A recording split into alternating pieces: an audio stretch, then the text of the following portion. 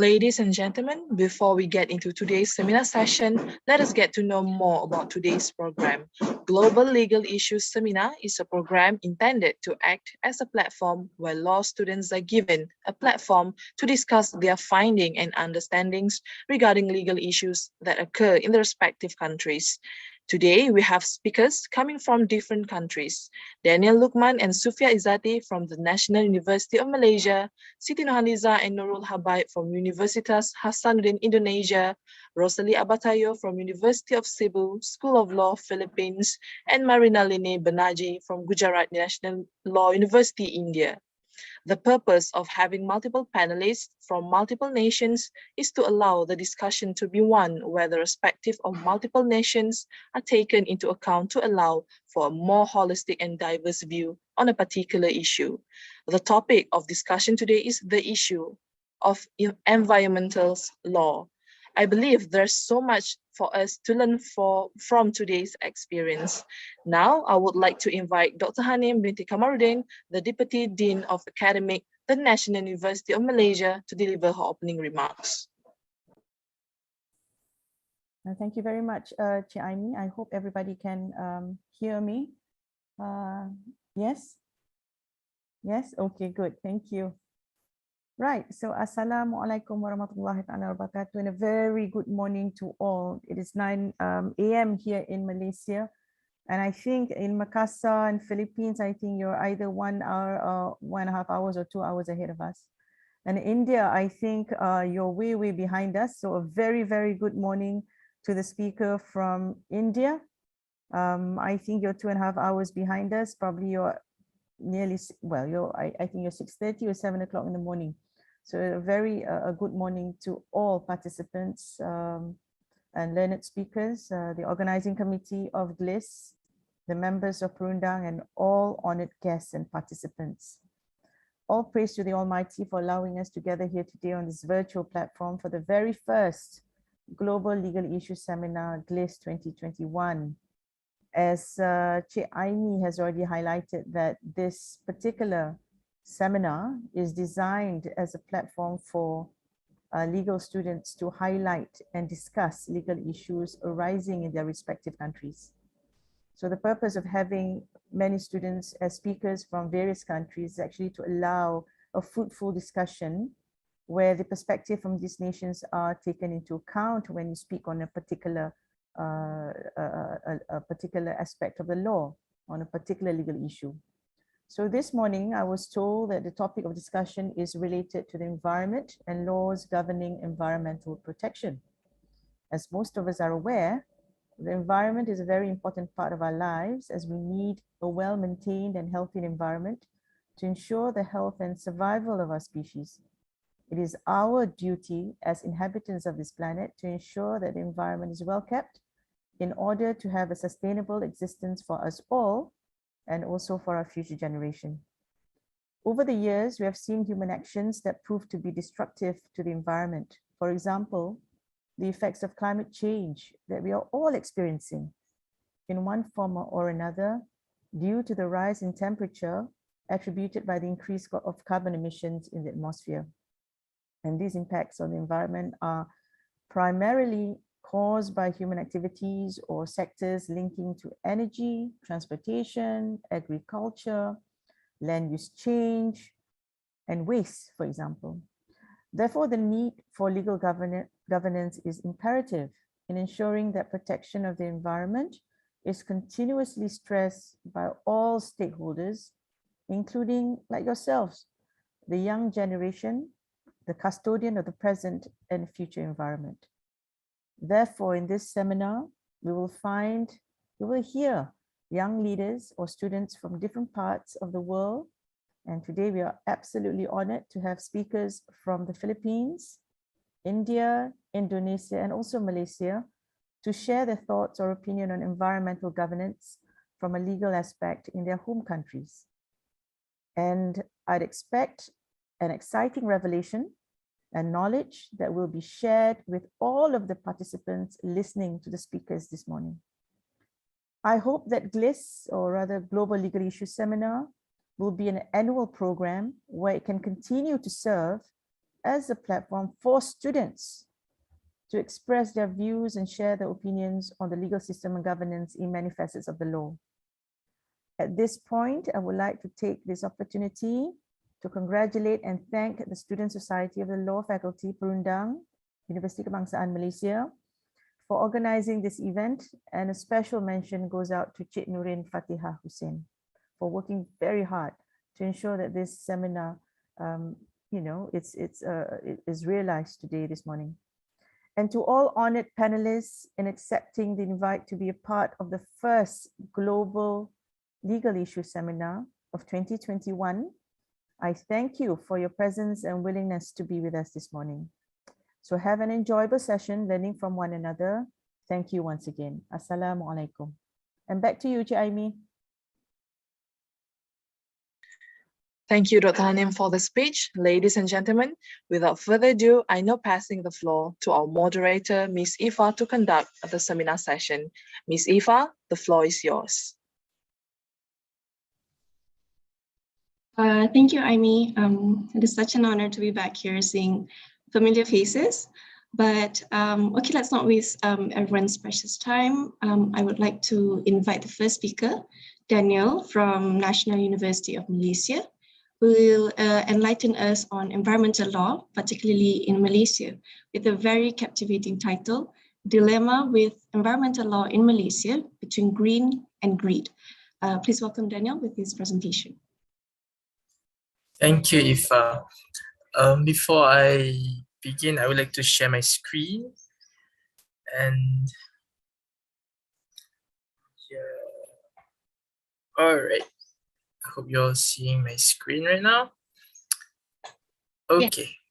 I would like to thank the organizer, Perundang, and also Dr. Hanim for inviting me. This is like my first platform as a panelist. So yeah, as we all know, that Malaysia is well known by its luscious greenery and beautiful coral reefs. Businesses should not be as usual because climate emergency is real, and Malaysian environmental policies does not help to reduce the impacts, at least not in the near future. Here we can see KL Forest Eco Park, Bukit Nanas KL, and also Sipadan Island in Sabah. My fellow panelists from India, Philippines, and Indonesia, if you all come here, go to these places, you're gonna love this. But in Selangor State, we can see there are currently four different forest reserve that has been degazetted in the name of development. Bukit Langgong Forest Reserve, Ulu Gombak Forest Reserve, Rantau Panjang Forest Reserve, and the latest one is Kuala Langat North Forest Reserve. This is the most viral forest reserve that is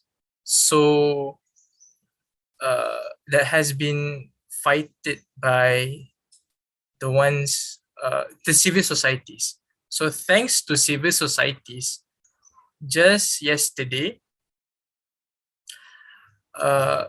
in the Selangor State Assembly, it was confirmed that the KLNFR will be regazetted by May next year. The civil societies had been advocating the public to condemn this degazettement. Without them, we might not have our KL and Kuala Langat Forest Reserve there. This is a clear sign that we, the people, can change something. Forest Reserve was gazetted for something, right? Degazettement of Forest Reserve not only harm the flora and fauna, and also the indigenous people who depends on the forest for food, shelter, and livelihood. The government had always been in favor with big corporations instead of the people, especially the indigenous. Another example of greed, close to my home, is the Kuantan bauxite mining. In 2015 until 2016, this mining had caused the environment to turn red. Kuantan was called Mars of Malaysia last time, and it posed health hazard to the communities here. These minerals were bounded for China to supply their aluminium industry. The government gave these mining companies the license to operate, even though it polluted the whole area. This is a clear greed, profit above human life and livelihood. Now let's jump into the legal part of this issue. In Malaysia, the main legislation for environmental protection is the Environmental Quality Act 1974, EQA, and its rules, regulation, and orders. This legislation was enacted not to prevent pollution, but rather to control the impact of pollution. This is because it allows pollution to happen with not so strict restrictions. Let's take an example of Section 29 of the EQA, prohibition of discharge of waste into Malaysian waters. Subsection 1 stated that no person shall, unless licensed, discharge environmentally hazardous substances, pollutants, or waste into the Malaysian waters in contravention of the acceptable conditions specified under Section 21. Here we can see that it's clearly someone can get a license to pollute. So is this helping our environment?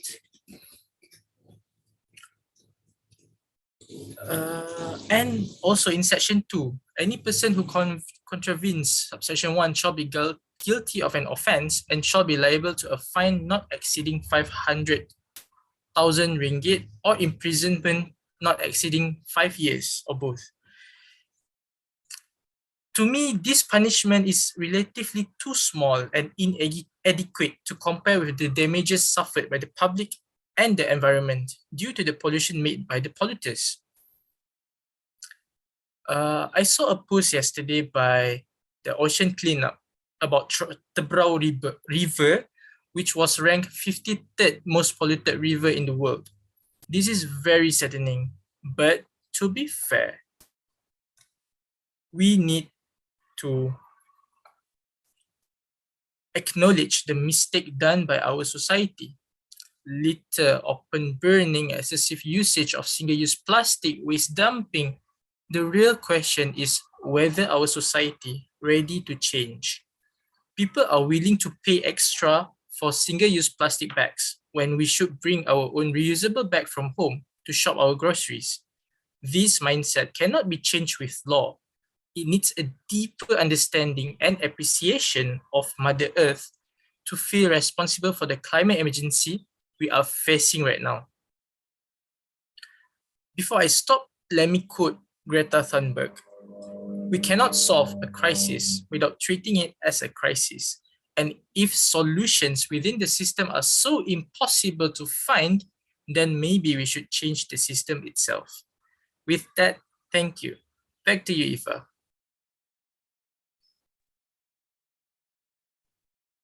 Thank you, Daniel, for the presentation.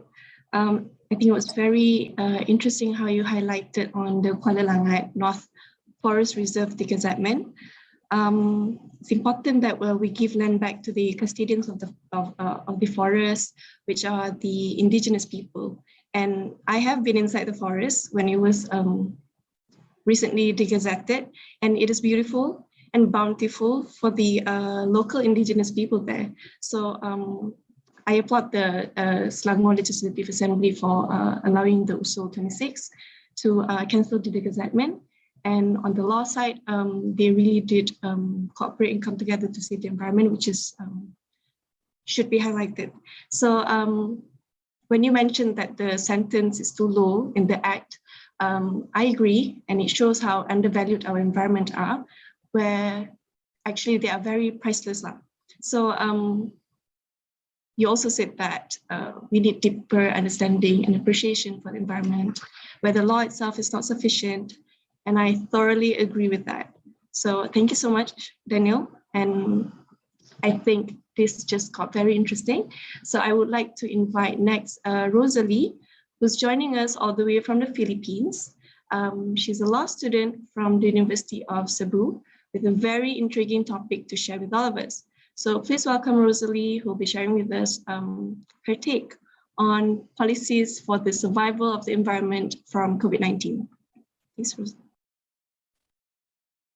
Hello, everyone. Good morning. Let me just share my screen one moment.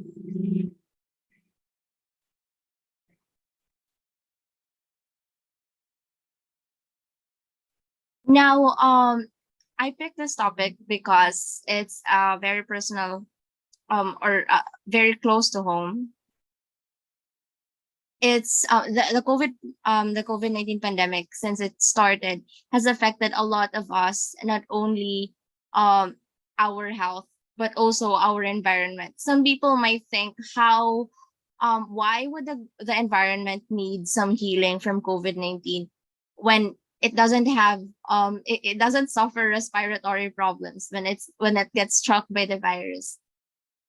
Well, it might not get that um the its sickness from the virus itself, but our response and the kind of response that we are giving this pandemic is the one that is giving the environment the sickness that it has now.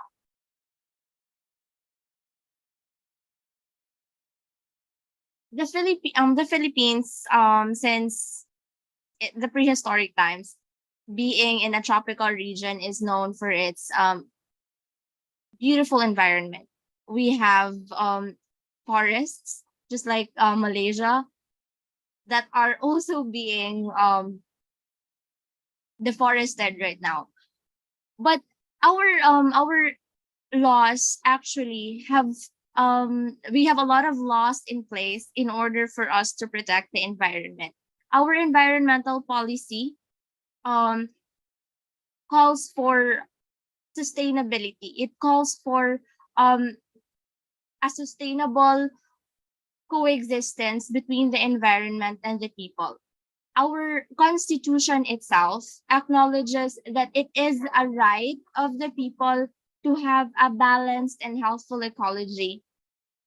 So we can see clearly here that the problem is not actually on the law or the legislation itself, but more of to how it is being implemented and how stringent the implementation is. Now, let's get to the bottom of the pandemic and the environment. During this health crisis, what we do to protect ourselves is wearing masks. We encourage everyone to wear masks, to not go out of the house without one, because we want to curb the spread of this pandemic. And it's correct. It's proven, it's supported by the World Health Organization that we should protect ourselves, wear PPEs, masks, the very least, in order for us not to contract the virus. But one thing that people don't understand is that masks have components that actually, when not used properly, could degrade the environment.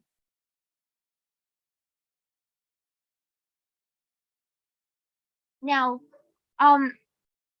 masks, its main source or its main components are polypropylene, which is actually plastic. The most effective kind of mask, the N95, contains 4 layers of polymers. Face shields, which are actually required until recently. It's been abolished already, but throughout since August 2020 until recently, face shields, which are made of plastic sheets, are actually required to be worn here in the Philippines whenever you go inside establishment. And these plastics, when not managed properly, will go to the environment. They will be disposed in a manner that would be degrading to the environment. They would end up in landfills, waterways, fresh water, and even marine water. Now, I specifically chose this topic because oftentimes I love walking, and whenever I walk around, I think there's not a day that I don't find an improperly disposed mask just laying on the corner, dirty, probably close to some waterways, which I know would bring that piece of soiled mask or face mask to some body of water and, just proliferate pollution. And why is it important in the Philippines that we should have been able to contain the waste pollution pandemic? It's because as early as 2010, the Philippines is among the highest it according to world numbers in data. It's the Philippines is among those countries that have the highest waste generation per person, and that is 2010. Similarly, in similar period, the share of plastic waste that is inadequately managed in the Philippines is also very high. It's as high or almost as high as that of Sri Lanka, higher than that of China, Syria, Iran, and the United States. Considering that we are a very small archipelagic country surrounded by water, water is everywhere. We are more than 7,000 islands. We're composed of more than 7,000 islands, and those islands are interconnected by marine water. And all these waste that are inadequately managed, of course, would find their way back to the ocean. And because we are a coastal community, we are an archipelago, that would kill a lot of marine life and in turn would hurt the fishermen, the subsistence fishermen who depend solely on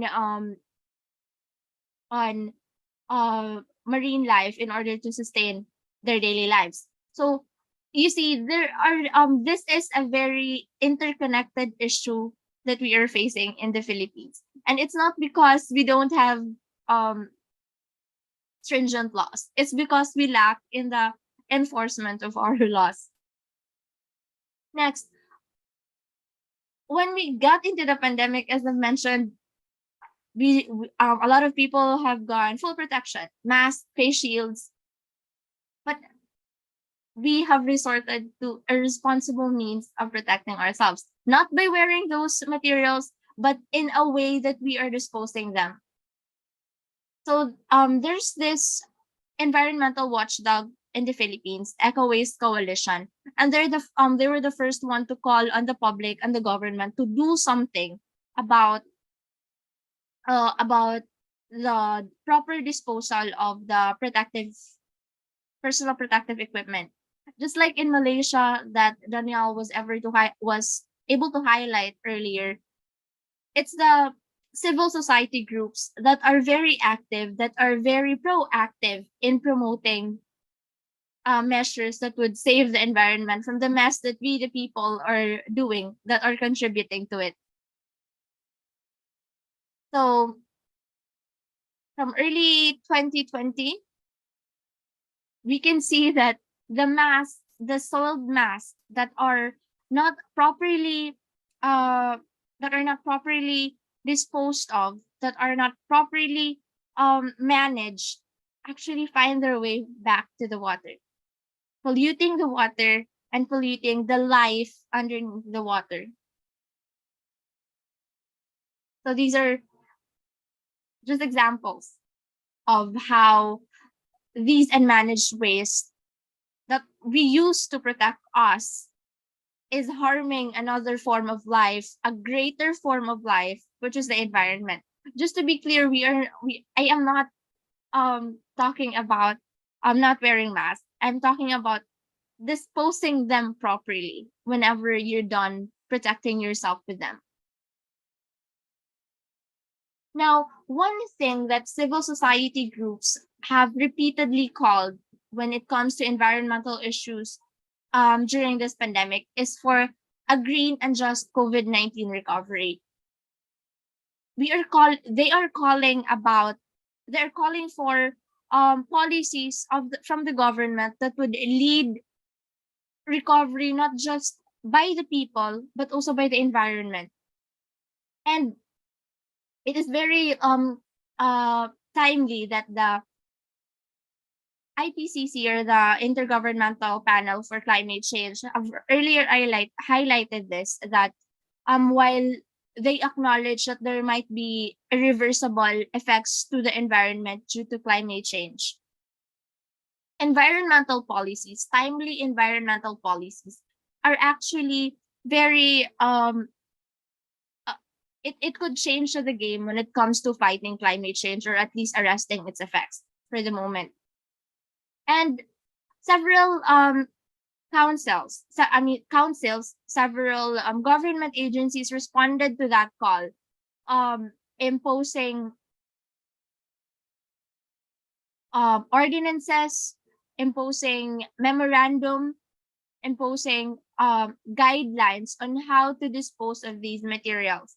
In Cebu, there is a policy that if you do not dispose your mask properly, following the guidelines that is set by the government, or that is set by the environment and health departments, you are going to be fined 5,000 pesos, up to 5,000 pesos, and imprisonment of up to 5 years, up to 1 year. I'm sorry, but just like the penalty that is imposed by Malaysia on these kind of environmental violations, these seem to be not enough. But unfortunately, this is all the penalties that the local government unit is able to met out, because that is the only range of penalties that are allowed to them under the local government code of the Philippines. So then again, the environmental responses that the local government units and other departments are able to met out in order to respond to environmental concerns are still limited due to the policies of the national government as well. So these are some of those proposed and passed local legislations that are directed at the proper waste disposal, or proper disposal of PPEs, especially at the height of the pandemic. So as you can see there, the penalty here goes to as low as 300 pesos. If I would be given a penalty of 300 pesos for violating those ordinances, I don't even think that would deter me if I don't care about the environment and I just get a penalty of 300 pesos for that. 300 pesos here is very small. I don't even think that would deter me from doing it again. So we see but these are all the penalties that the LGUs can give, or the law is allowing them to give. You might think that there might not be a stronger law that would somehow cut this kind of practice, but it's not. We actually have the Republic Act 9003, or the Ecological Solid Waste Management Act of 2000. RA 9003 is a very comprehensive framework. Again, the lapse here is enforcement and not the law itself. It has a very comprehensive enforcement that involves a National Solid Waste Management Commission, a technical working group from the Environment Department, the local government units being the main implementer of the laws, and the waste generators.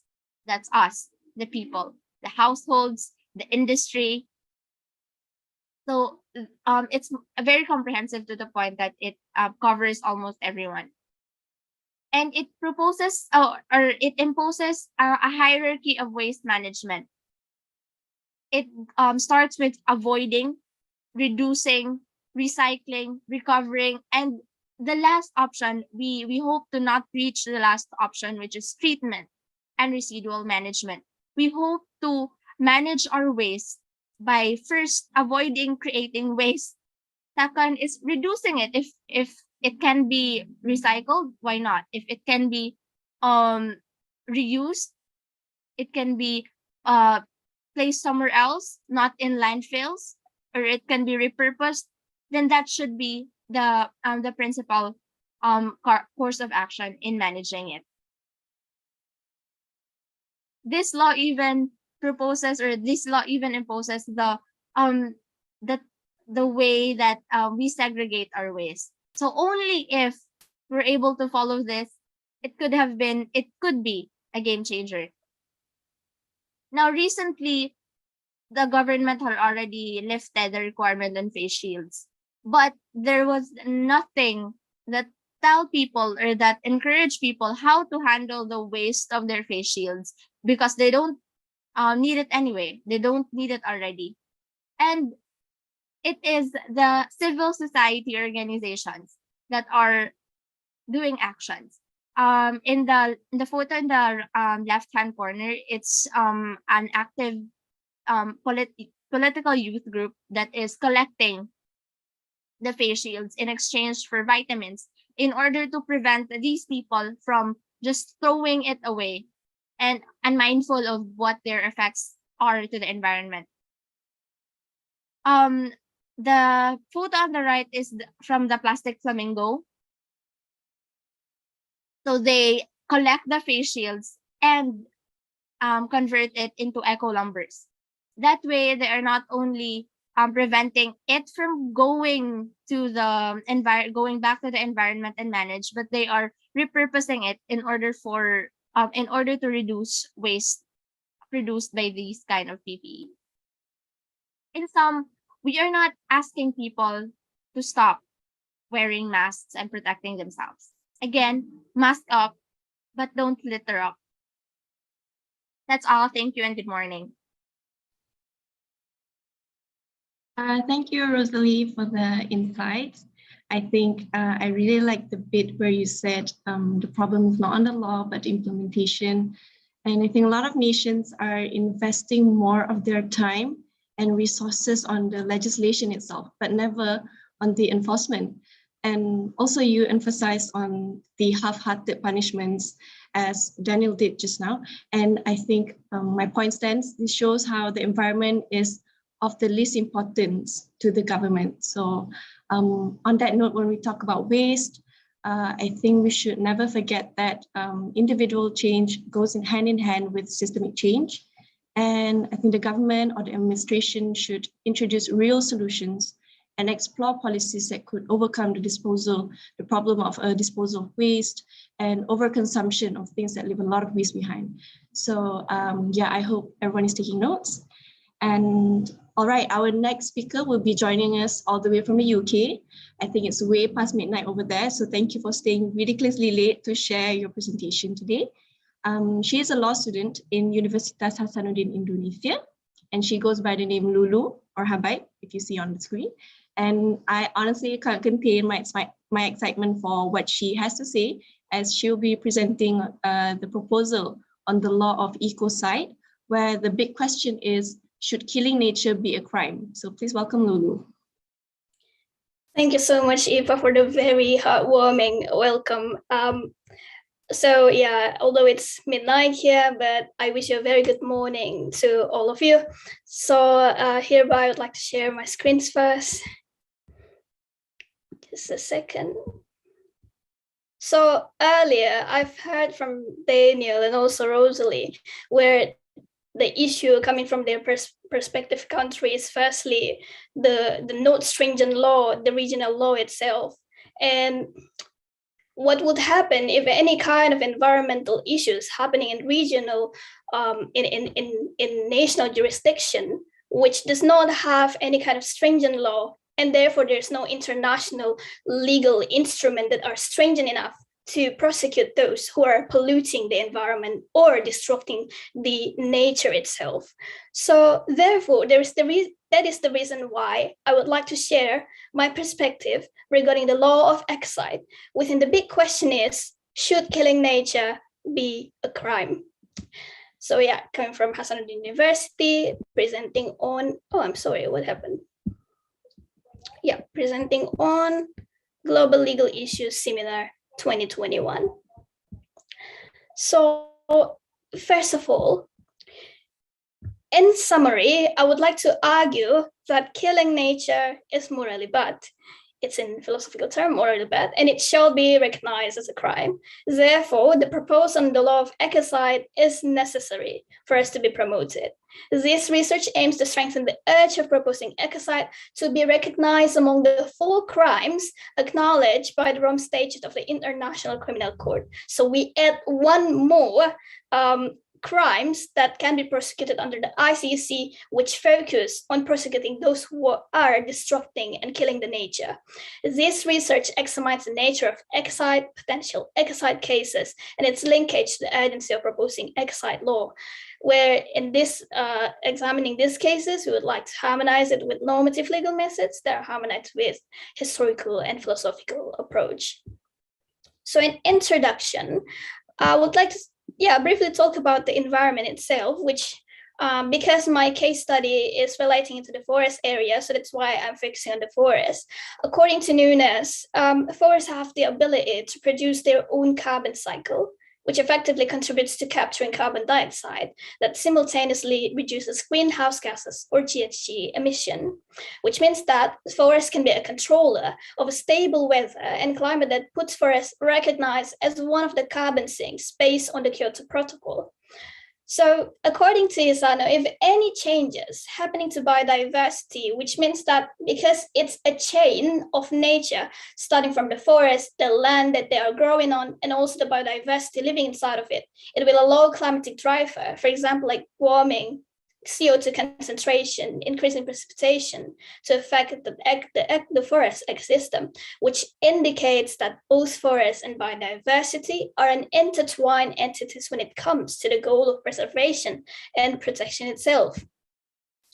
So the reason why this ecocide became an emerging term is when we take a look back at the historical moment, there was a war by United States of America versus Vietnam, which was recognized as the Vietnam War in 1961 till 1971, where at that particular time, explosive munitions, herbicides, and land clearing operation proposed of establishing aerial bombardment utilized by many nations during war, which attempts to expose enemies hiding in the forest and agricultural land, often used, where it's also used in Vietnam War.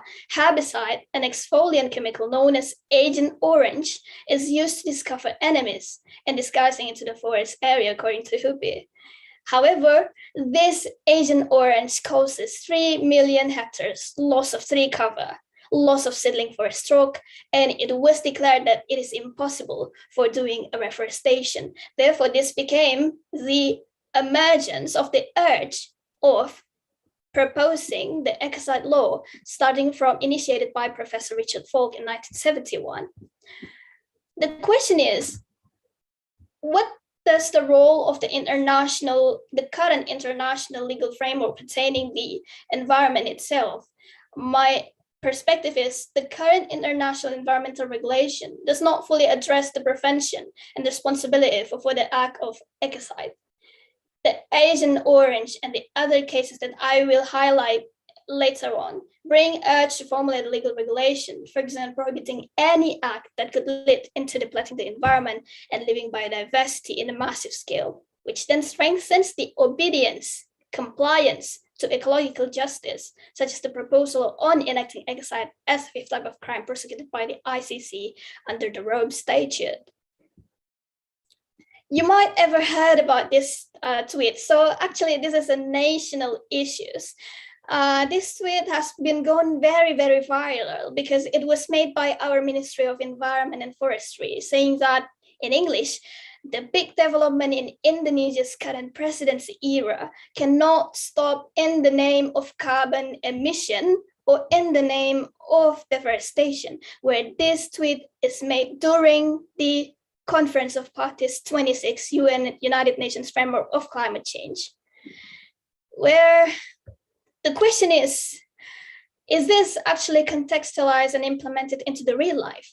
The answer is yes.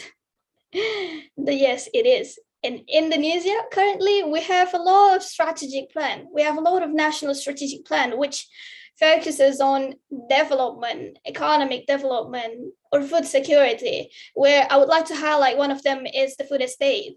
So the food estate is the current national strategic plan, which tries to utilize the lots and millions hectares of peatland and forest area to be used to be opened, and then they will plant it with rice in the name of preserving food security.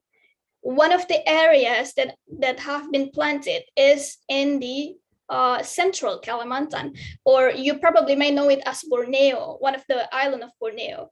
It was already utilized 2.3 million hectares under the and they also utilized the ex-peatland development project area, where in order to ensure that this food estate is going very smooth, the government utilizing legal instruments, they revised provisions which affects in legalizing the food estate program.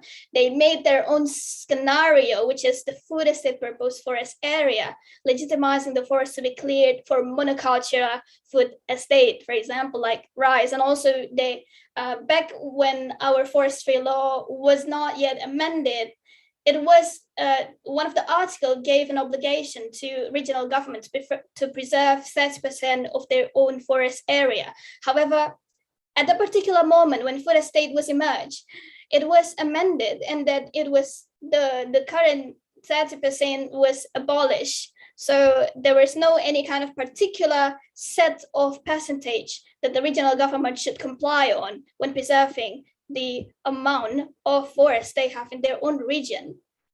So what happened? Why I highlight this? Why I think that this project could suspiciously able to fall under the qualification of ecocide? The answer is there are 3 previous similar food estate projects by government that have brought also environmental catastrophe. First, they already brought the peatland development project in 1995 till 1999. Second, they put another food estate project called Merauke Integrated Food and Energy Estate. The differences is just the area that they are utilizing on. And the last one is the Delta Kayan Food Estate. Before in 2021, they initiated another food estate program. All the above mentioned project fails to reach its aim, which is the food security, and ending up creating environmental catastrophe by land fire, loss of forest, and wetland area, peatland area, which we know that peatland area is one of the carbon sinks that have been recognized by the Kyoto Protocol. If the carbon sinks have become endangered, it will contribute into increasing GHG emission and impacting the climate itself. One example, in the PLG project, it has caused the worst peatland fire ever recorded in Indonesia and qualified as one of the biggest environmental disasters in Indonesian history. The issue is there is no particular party that would like to bring this case into national court or even international law, because why? We don't have that kind of international regulation that could prosecute this particular act. The question is, why not subject with the existing law? Why not subject with national law or international law? The answer is, if this act, if this current project continue, it will also cause a transboundary impact. It will cause an impact to other nations as well. As we have known that forest and other land use, which become one of the category of food estate sector, which includes fire caused by drying peat, that contribute 60% of GHG emission in Indonesia. This will bring a long-term impact to elevation of temperature, disabling countries to achieve the 1.5 degrees target set forth in the Paris Agreement, or as we have ambitioned in the Glasgow Climate Pact. Although that we have a declaration and responsibilities of the present generation towards future generation, it is qualified as a soft law that does not have the legal effect to uphold intergenerational responsibility in terms of preserving the environment. And although we have that kind of principles of international environmental law, which is a strict liability that arises from the trail smelter of Canada versus United States of America, it does not cover the jurisdiction over the action that would give invisible impact. For example, like the escalation of the temperature itself. Even such action arises from inside national territories. And also, the second is these cases is settled in an arbitrational tribunal court, which means that would be a costly legal effort, and therefore we should propose a international law regulation that gives a criminal responsibility for those who are violating and killing the nature. And that is the reason why I would like to propose the ecocide law.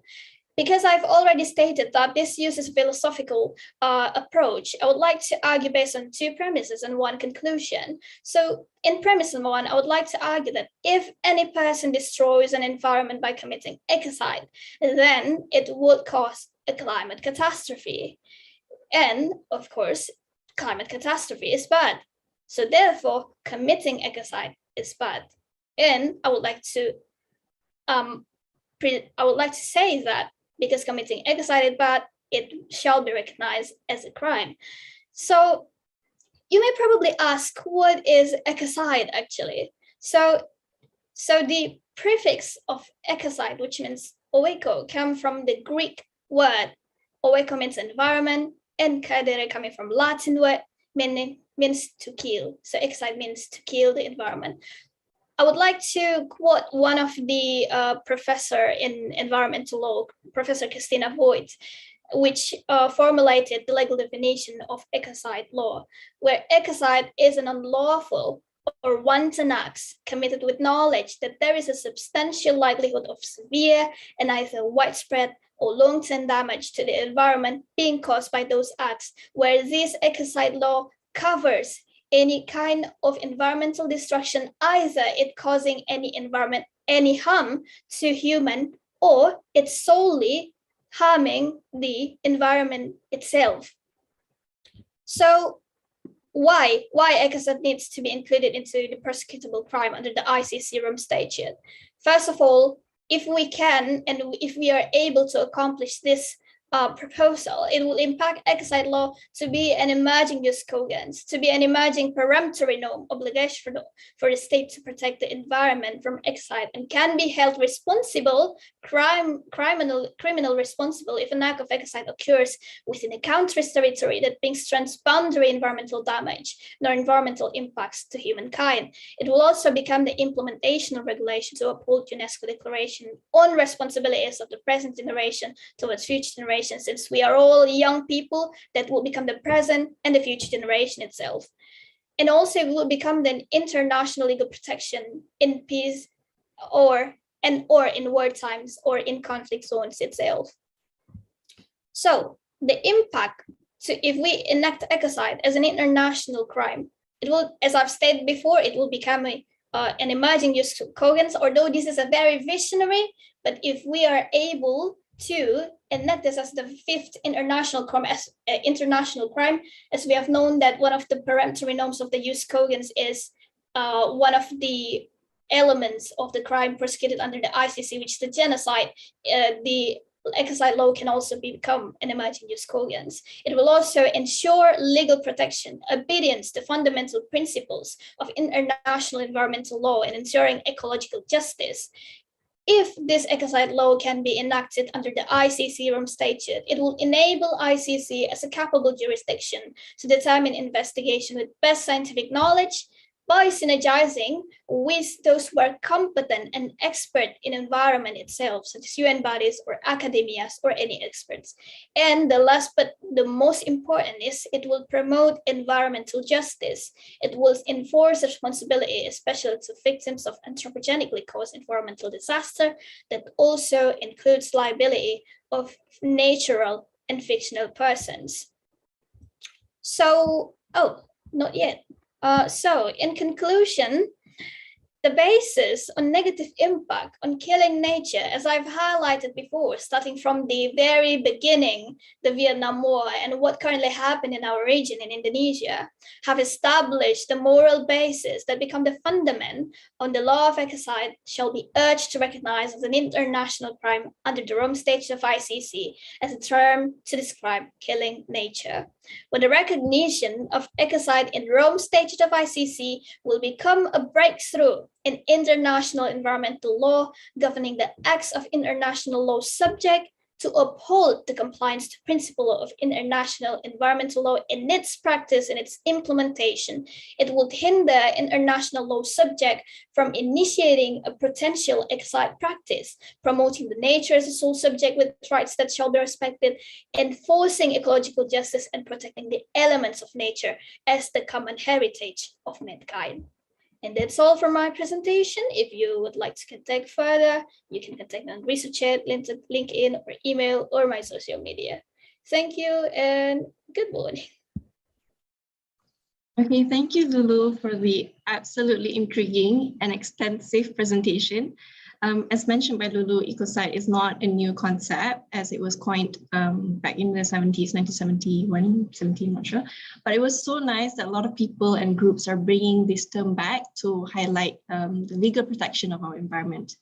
And I also highlighted on bringing the environment back, bringing the environment into the picture when it comes to ecocide, because more often than not, it meddles with human rights. So it should be part of one of the 4 ICC elements. So, and also you said that forests, you highlighted on forests because it is one of the biggest carbon sinks, a part of the ocean. And you emphasized on the unsustainable land use in the name of food security. And meanwhile, the apparent effects are actually raging forest fires and loss of biodiversity. So it wasn't really achieved what they wanted to achieve. And I think those who are interested in public interest litigation, you should really explore climate litigation, where a lot of them are happening in the global north. And since I assume all of us are in the global south, I believe that the youth today can pioneer in climate litigations to ensure accountability of the big corporations in our country that benefit from the destruction of the environment and the sufferings of regular people like all of us. So yeah, I believe that really put things into perspective and worth noting for all of us to consider. So thank you so much, Lulu. Our next speaker hails, I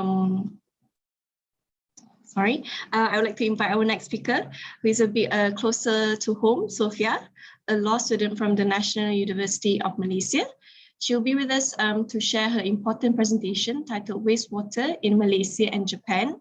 And I think this issue is often overlooked considering the abundance of water we have in Malaysia, though in Selangor we do have water cuts occasionally. So please welcome Sophia. Thank you, Ms. Ifa. I will share my screen first. I am very sorry for the background noise.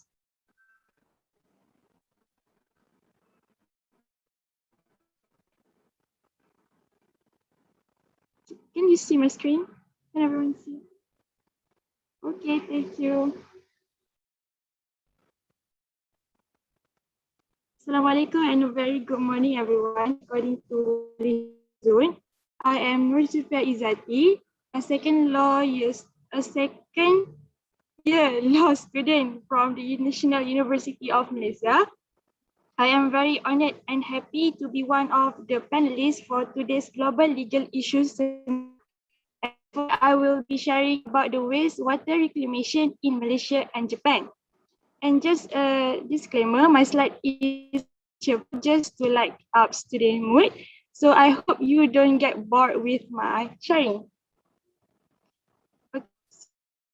will be looking to wastewater reclamation in Malaysia and Japan, including their own success rate. And then we will look at the policies and law related to the wastewater reclamation in Malaysia and Japan. And then we will look at the similarities of guidelines in Japan and Malaysia.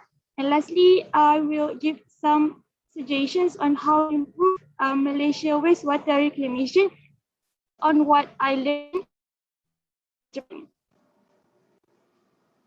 Okay, so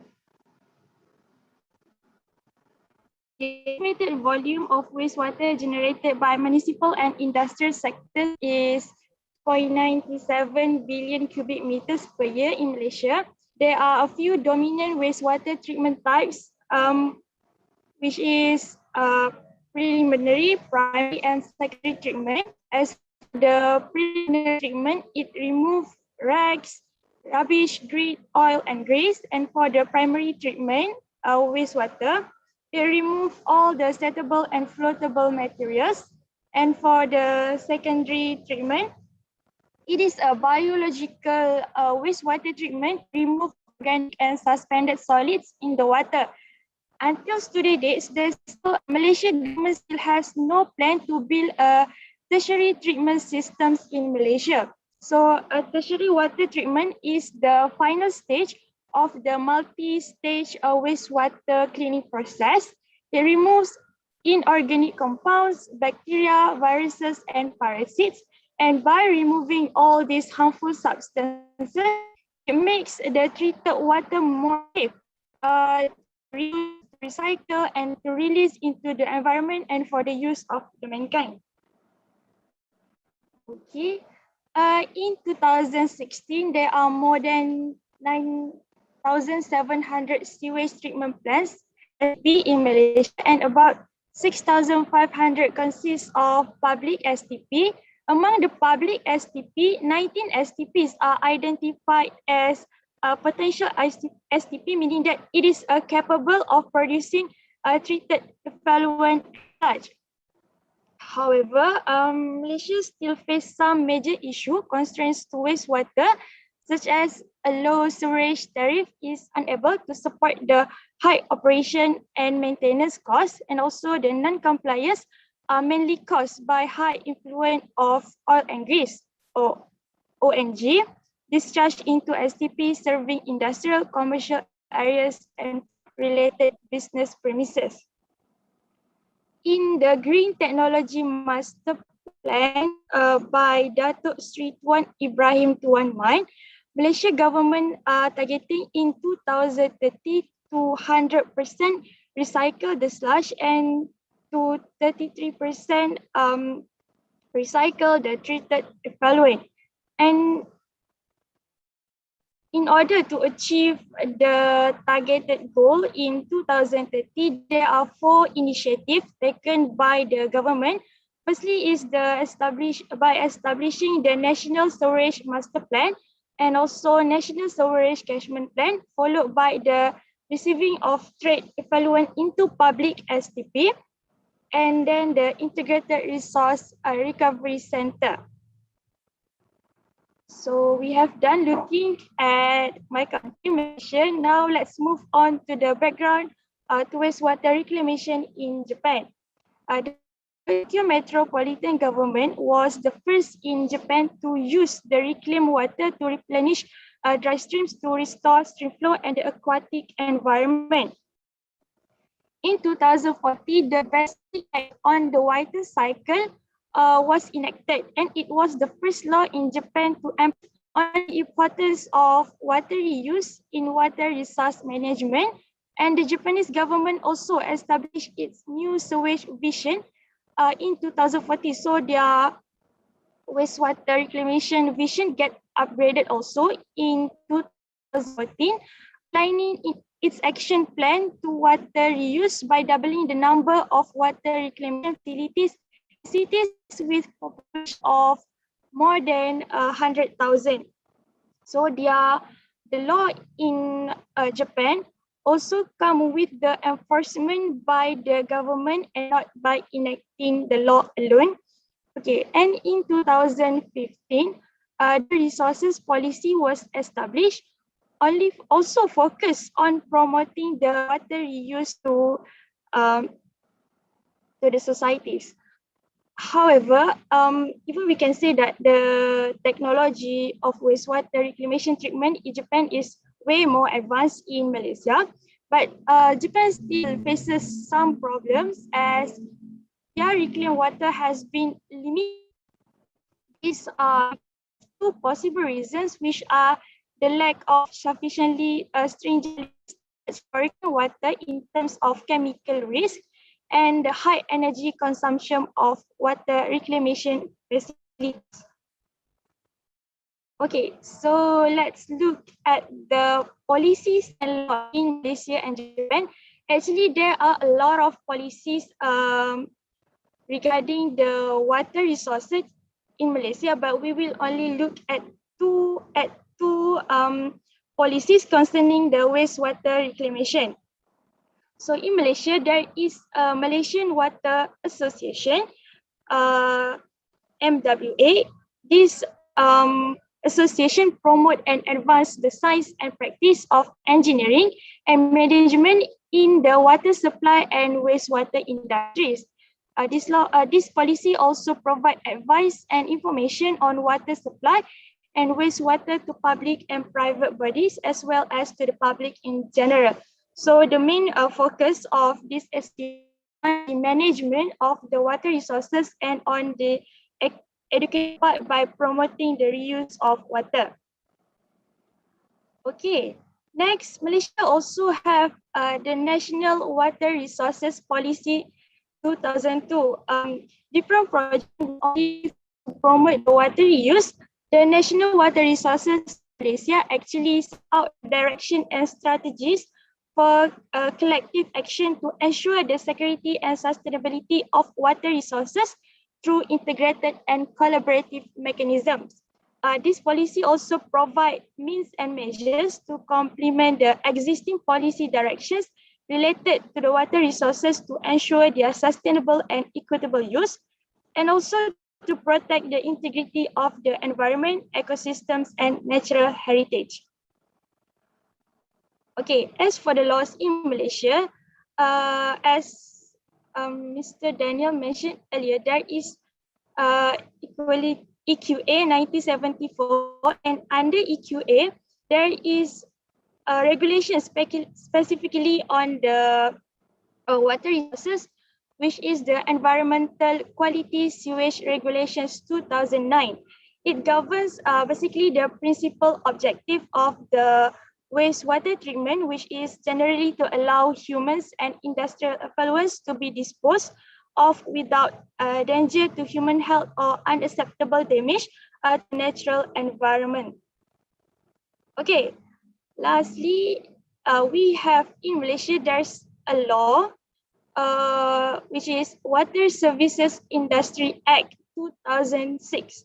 So as we can see from the name of the act, it is to establish a licensing and regulatory framework for regulatory intervention to promote the national policy objective for the water supply services and sewerage services industry. So the main focus is on the services of the industry. Okay, that is all for laws and policies in Malaysia. Now let's fly to Japan. So in Japan, there is a research policies called SCORE Research for Evolutionary Science and Technology, also known as CCRAS. It is a research program to develop energy efficient water reclamation process by focusing on the membrane technology and ozonation. So as I mentioned earlier, their research and technology are very advanced compared to my country.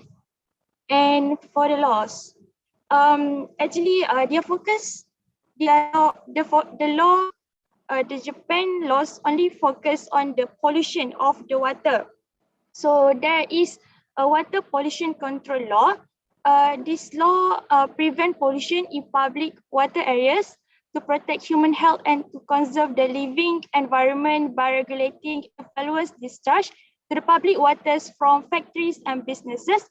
This law also prohibits discharge of wastewater that does not meet the effluent water quality standards and provides for punishment for those who violate the standards.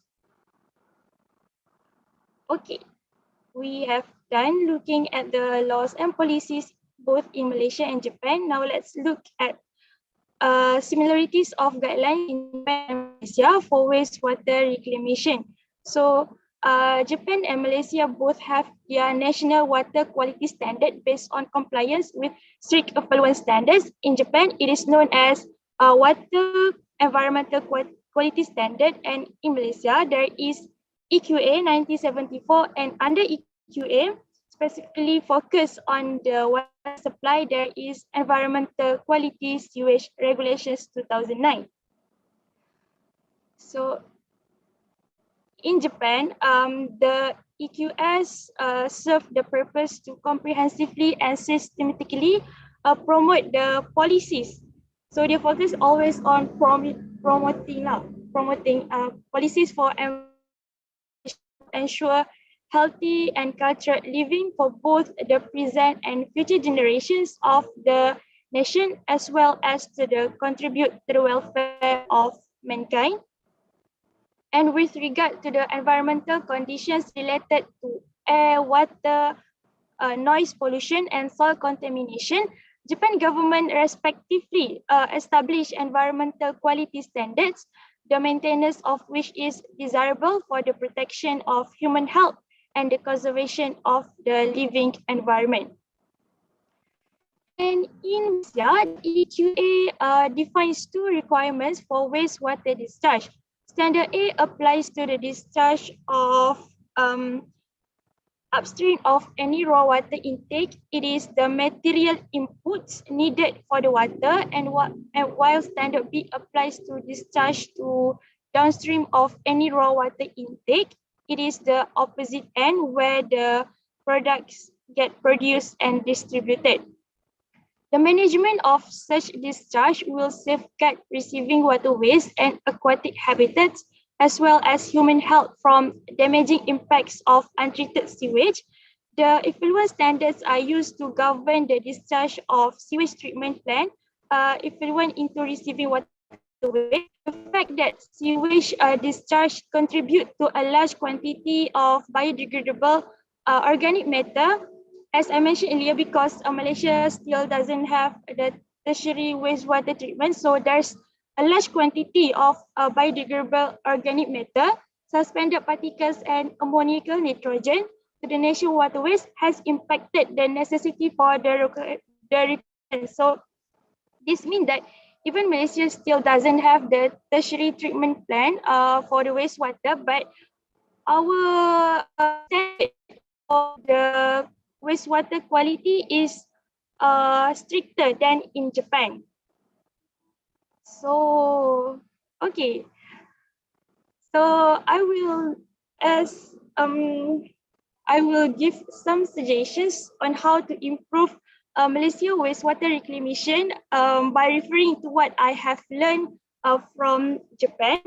First, I think that Malaysia government already need to have a plan to build a tertiary treatment system for Malaysia to ensure the safeness of the wastewater to be used by the mankind and for the environment, as it removes all of the bad bacteria. And other than that, Malaysia also needs to establish a law that focuses only on promoting water reuse, like the water resources policy in Japan. I think that's all from me. So what can I conclude is that for a long-term management of water resources, it is required to conduct periodic reviews of monitoring requirements, effluent discharge regulations, and water quality indices. Okay, so that is all from me. Thank you. Thank you, Sophia, for the interesting standpoint on water waste reclamation. I'm sure we've all heard it a little bit on water use before, but this topic is very new to me, so I find the presentation very informative. And I just want to highlight that Sophia had put quite an emphasis on human health and clean water. So to ensure this, I think Malaysia should be open to adopt and adapt policies from the Japan's policies on water treatment to improve the loopholes, if any, in Malaysian system and policy. So it was really a good point made by Sophia, which I hope everyone keeps this in mind. So thank you. All right, the next speaker will be joining us all the way from Indonesia. Her name is Liza, and she's a law student at Universitas Hasanuddin, Indonesia, who will be sharing with us a very pressing issue that is urgent addressing. Please welcome Liza and her presentation titled Mining in East Kalimantan, a Portrayal of Destruction. Thank you, Jifa.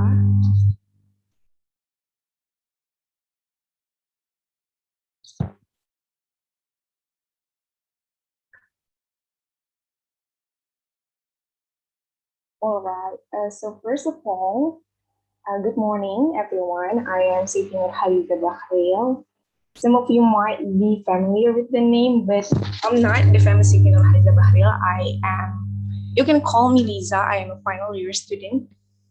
Can we go back to the first slide, please? Okay, I am a final year student at Faculty of Law, Universitas Hasanuddin. Today, I would like to share with you one of the most well-known environmental issues in Indonesia, which is related to the coal mining, but I would like to talk about it in the local context, which is in East Kalimantan.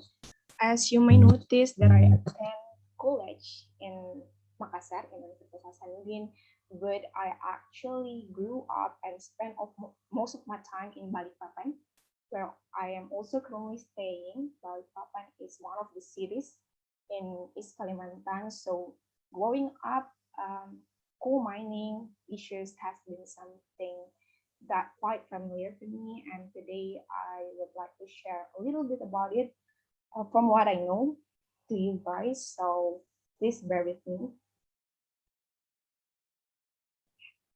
So next, please.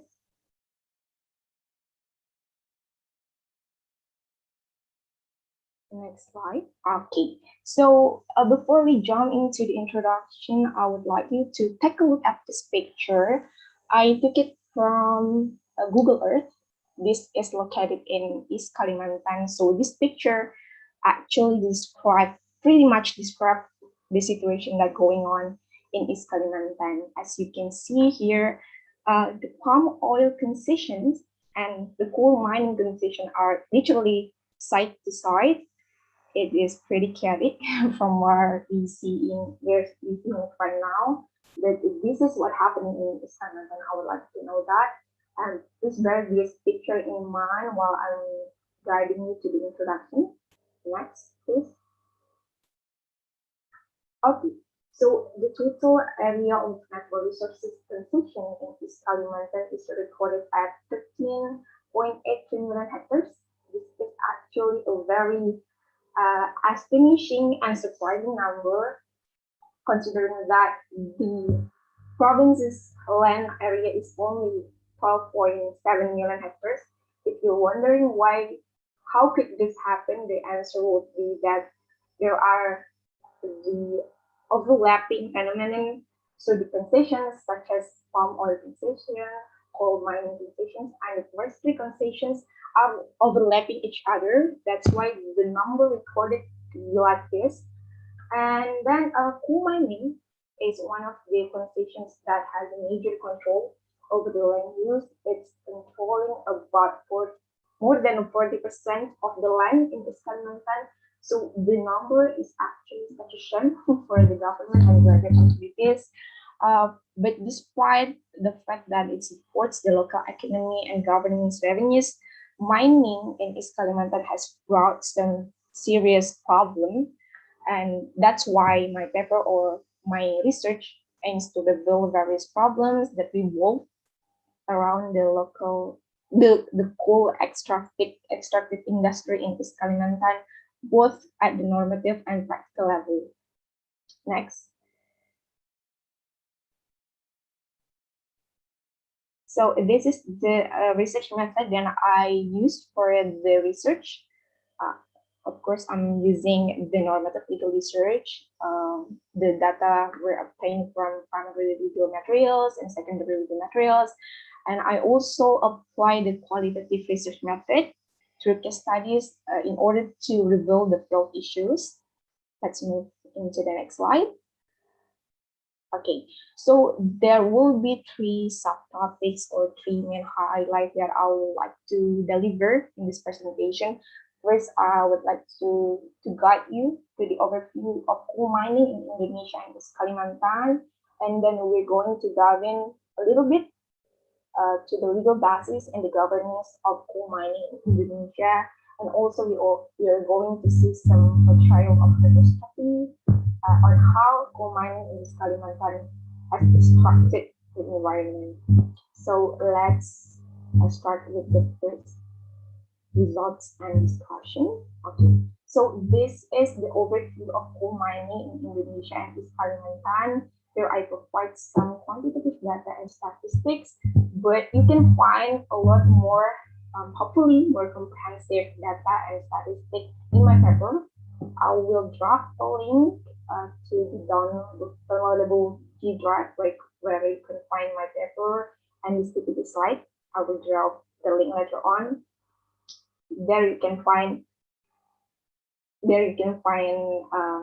a lot more data regarding the coal mining, coal production, coal reserves and resource in Indonesia and Kalimantan. So East Kalimantan has the second largest coal resources and reserves. In Indonesia, it is estimated that around 48.2 to 64.3 billions of black gold resource and around 16 billion of reserves are stored in the bowels of bumi atom. So if you're wondering what bumi atom is another name for East Kalimantan. Here, the mining concession area throughout East Kalimantan reach around 5.1 or 40% of the East Kalimantan land area. There are 1,404 IUP with a total area of 4.1 million hectares and also 30 PKP2B with total area of around 1 million hectares. If you're wondering what is IUPs and PKP2B, so these are the two permit instruments that the miners have to attain before they can conduct the mining. So we will talk about this more in the next slides. And in Indonesia, most of the mining applies an open pit mining system in which they have to remove all the vegetation in the upper side of the land before they can access the coal in the below the surface of the land. I would like to inform you that apart from this operating legally used based on permits, a number of coal mining in East Kalimantan are also carried out through illegal practices. There are about 151 sites of illegal mining here, or we call it PETI, the illegal mining, we call it PETI here, or PETI. So this is pretty much the portrayal of the coal mining, coal production, and coal reserve, as well as the coal resource in Indonesia and East Kalimantan. Once again, you can find more and find more complete data in my paper. I will drop the link later on. Next. So, okay, let's dive in a little bit to the legal basis and governance of coal mining in Indonesia.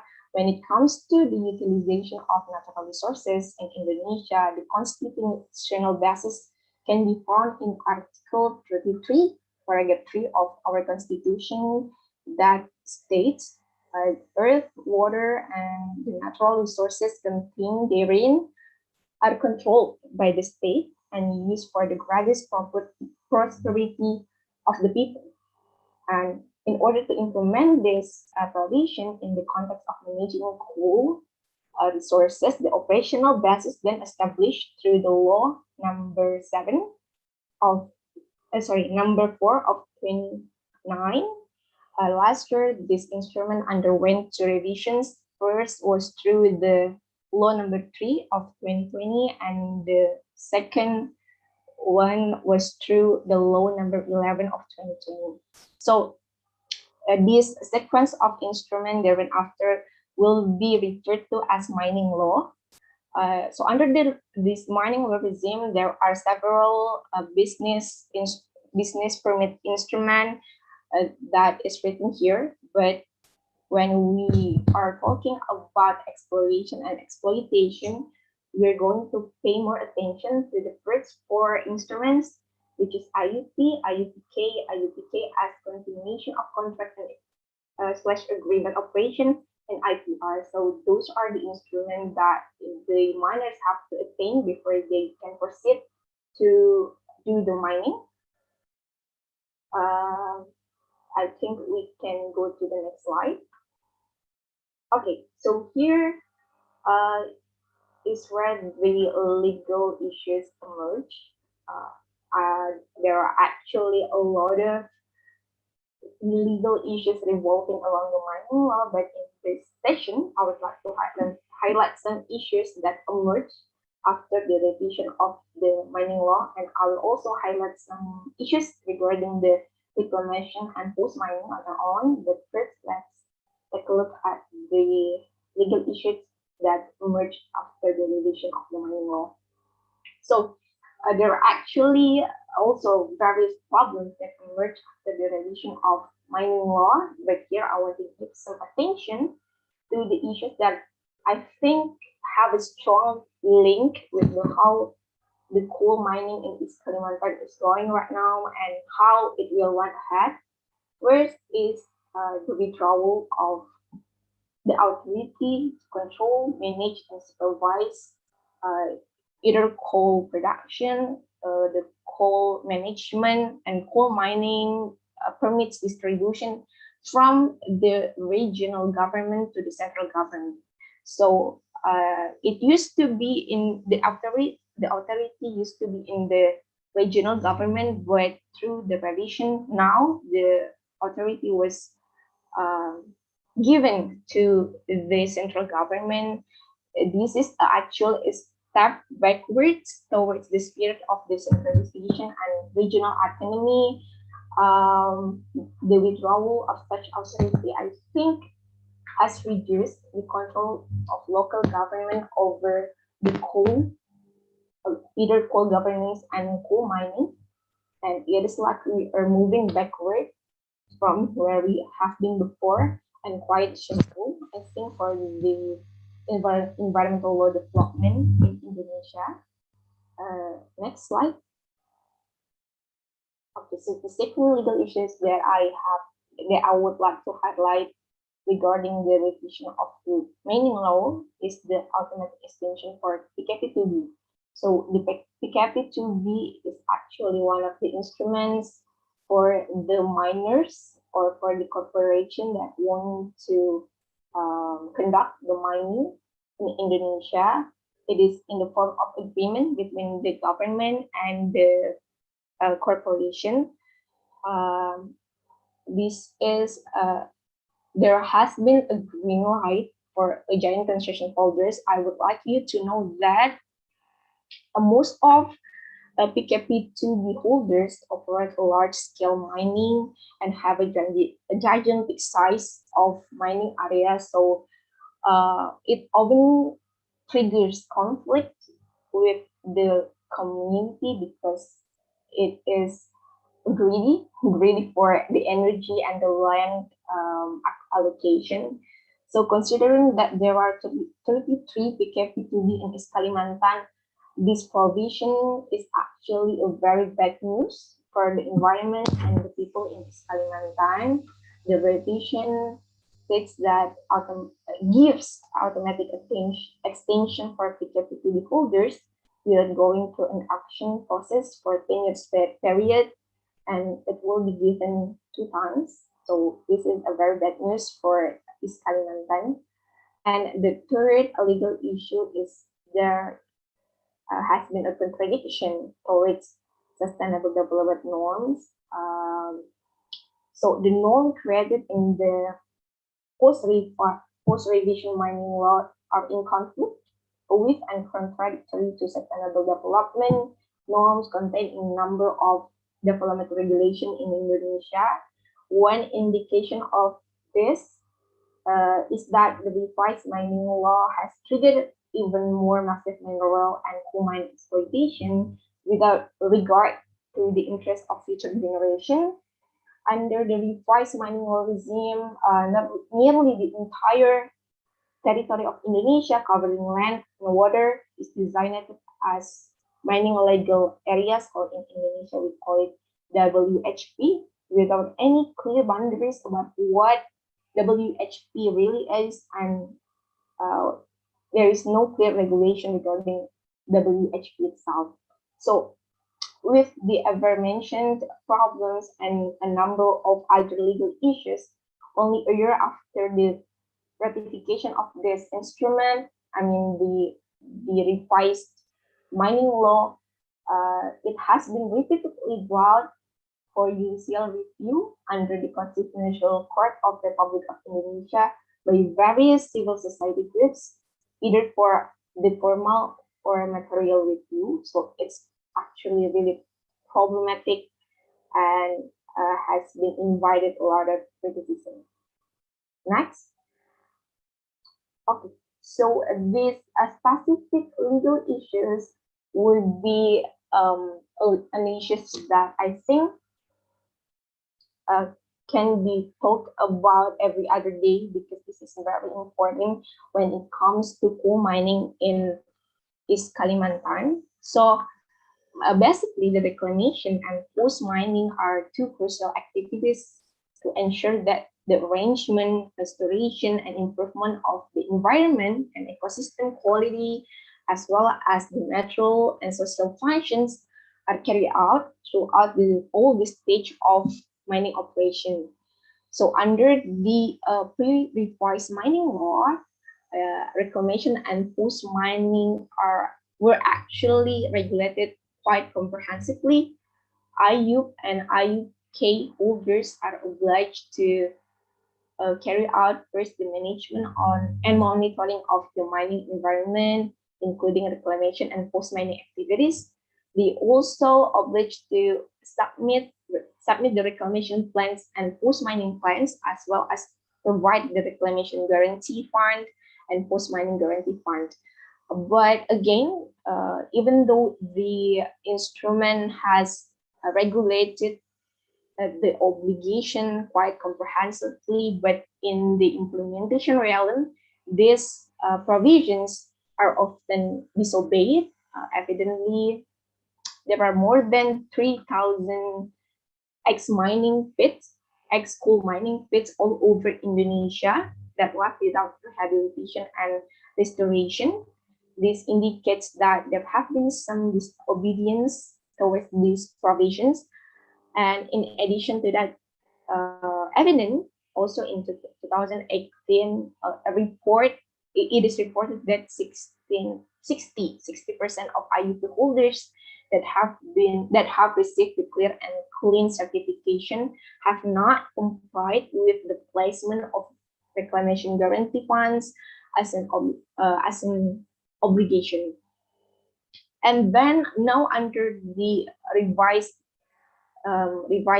mining law regime, there has been more and more problem. The problems are double, I think. First, if you take a look at the instrument, you would spot the amendment to Article 96, 99, and Article 100 of the law for /29. I'm sorry, 2009. The word "and" in the formulation of the provision is replaced with the phrase "and/or," or NOR. So from the management and monitoring of mining environment, including reclamation and post-mining activities, into the reclamation and or post-mining activities. So under the pre-revised mining law, if we pay attention to the formulation of the provisions, we will notice that the reclamation and the post-mining activities must be carried out simultaneously, but in the pre-revised mining law, the two activities become a matter of choice. The replacement of the N word to the press of N or has the implication to grant a freedom to the permit holders to have a choice on whether to carry out both activities or only one of them. So this is once again a step backwards that weakens the effort to ensure the protection and restoration of environment and ecosystem quality, as well as the natural and social function around the mining site. So this also exacerbated by the withdrawal of the authority to supervise the reclamation and the post-mining from previously in the regional government to the central government completely. The elimination of local government control will make it more difficult for the affected local communities to conduct communication, also to deliver their aspiration to the related parties holding power and control. So those are pretty much the primary legal issues that I think we have to watch over, and I think it's been a very rough for development of environmental law in Indonesia. We can find more explanation regarding the legal issue once again in my paper. We can move to the next slide. Okay, so here I am going to give you some portrayal of catastrophe that coal mining has brought to East Kalimantan. First, the emergence of the deadly ex-mining fleets. One of the environmental impacts of coal mining that is physically visible and can be seen directly is the existence of abandoned ex-mining pits in various sizes, some of which are even in gigantic size. Mining leaves the excavated land with degraded soil physical condition, low soil fertility, and other bad condition, as we know that high level contamination can be poisonous and have serious effect on the body and health of human and other living organisms. So in a lot of abandoned ex-mining pits, there have been a lot of research that evidently giving evidence about how these ex-mining pits contains excessive heavy metal contents. So ex-mining pits in East Kalimantan is recorded around 1,735 ex-mining pits. They were left without reclamation and restoration, and there have been 40 victims died in these ex-mining pits during 2011 to 2021. These ex-mining pits, once again, are not only toxic but also deadly. Last October, I went for a visit to Loa Bakong. As you can see the picture here, my colleagues and I visited one of the ex-mining pits in Samarinda, East Kalimantan, and we didn't spot any security around. There is no sign of restriction. There is no sign of prohibition. So it is really easy for people to enter the ex-mining pit area, even for children, and that is why most of the victims died in the mining pits are children, dominated by children, because there is no kind of security means in the area of ex-mining pits. So the first, I think the most destructive impact of coal mining is Kalimantan, that it creates a lot of ex-mining pits, poisonous and deadly. Next. Okay, so this is the view that you could find in the Google Earth. If you look for East Kalimantan, this is the kind of portrayal that you can easily find in, if you just randomly surveying the Google Earth. If you see this bluish and the greenish points, greenish spots in the mining sites, they are the ex-mining pits. A lot of 40 victims, remember that 40 victims were drowned in these mining pits, and they're basically scattered everywhere in East Kalimantan. Next. Okay, so another catastrophe that coal mining has brought in East Kalimantan is environmental degradation. First, it caused deforestation. According to FWI, or Watch Indonesia, mining in East Kalimantan caused deforestation of more than 35,000 hectares during 2015 and 2016. And of course, this will lead to the loss of forest function as a water regulator, erosion control, flooding, carbon sink, oxygen supplier, and temperature regulator. I think this is something that we learned from elementary school. So the impact is obvious. Next. Not only occupying the forest, coal mining also destroys the rivers in Kalimantan. So Kalimantan is known as island of 1,000 rivers. So it plays a pivotal role in East Kalimantan. There has been river silting, river pollution, and biodiversity loss in rivers.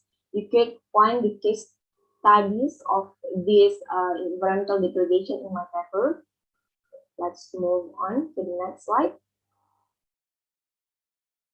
Okay, this is a portrayal of how the waste of coal mining has contaminated the river. I took it from Japan Housing. Japan is a network that do advocation for coal mining in Indonesia and East Kalimantan. It was in Palakan River. Next. Okay, another catastrophe will be ecological disaster, but considering we have time limit, you can find this explanation and case studies in my paper as well. Let's go to the next slide. Here's the portrayal of some ecological disaster that happened because of the coal mining impact. Next.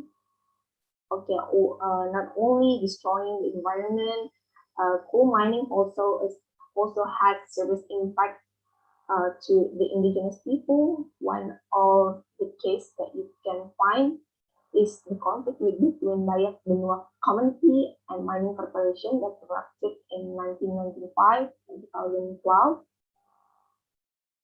Okay, let's go to the next slide. Okay, so here are some conclusions that I made based on the previous explanation. You can just read it here. The coal mining in the landscape in Indonesia in general, in East Kalimantan in particular, leaves a number of serious problems, both in the normative and practical level. Coal mining activities in East Kalimantan have brought a lot of destructive impacts to the environment and indigenous people. Next. Okay, thank you. And let's keep in touch. You can find and visit my profile enrollment in and research date with Siti Nurhaliza Bahril. Thank you so much for your attention. I wait for the discussion. Thank you. I give it back to Ifa. All right, thank you, Lisa, for enlightening us with the legal issues and impacts of coal mining. I find it rather surprising, considering that Malaysia relies heavily on Indonesia to source its coal, because more than half of coal imports in Malaysia is from Indonesia. So I think it's apt for us to be informed on this issue.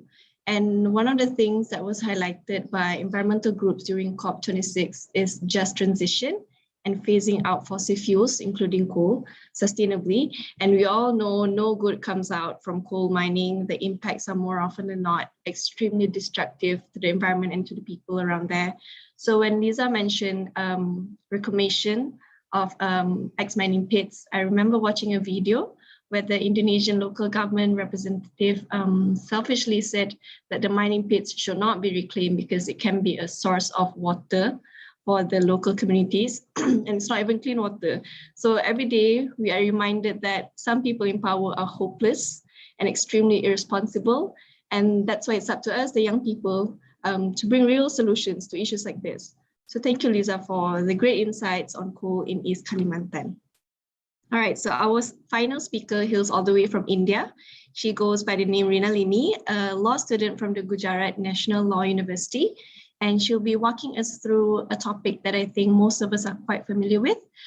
Please welcome Rina Lini and her presentation, which I already foresee to be riveting, the threats and challenges of plastic, particularly in regards to India's national regulation. Thank you so much for firstly organizing such an amazing seminar. Secondly, calling participants across the globe really takes a lot of initiative, and I'm really aware of the same. So with this, I would now start sharing my PPT. Just give me a second. Yeah.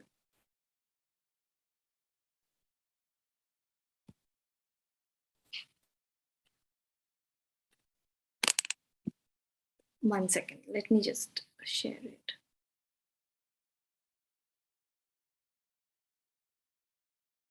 How do I upload my file into this? Because we don't use Zoom, we use Cisco WebEx in India. So like my institution. So can I just share it, or I can just present it? If you tell me to share, I will be sharing the PPT. Really just share it. The green button down there. Okay, yeah, I just went through that. But Yeah, then yeah, it shares my, yeah, it shares my entire thing, but I wanted to share just the PPT. 1 minute. This is the one. Yeah. Is it now visible? Yes. Yeah. Okay. So before I start, I wanted to just lay out a little idea to all of you and also to my audience out here that there has been a round of conferences, seminars across the globe where we have really worked hard to remove the usage of plastic.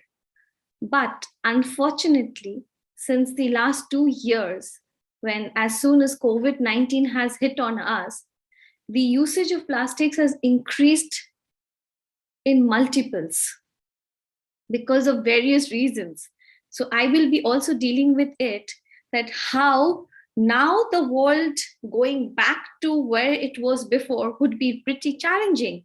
And as we all know that every couple of months after we hear again that a new variant has come up, like right now the Omicron is the talk of the town. So it is really challenging. So before that, let us first proceed.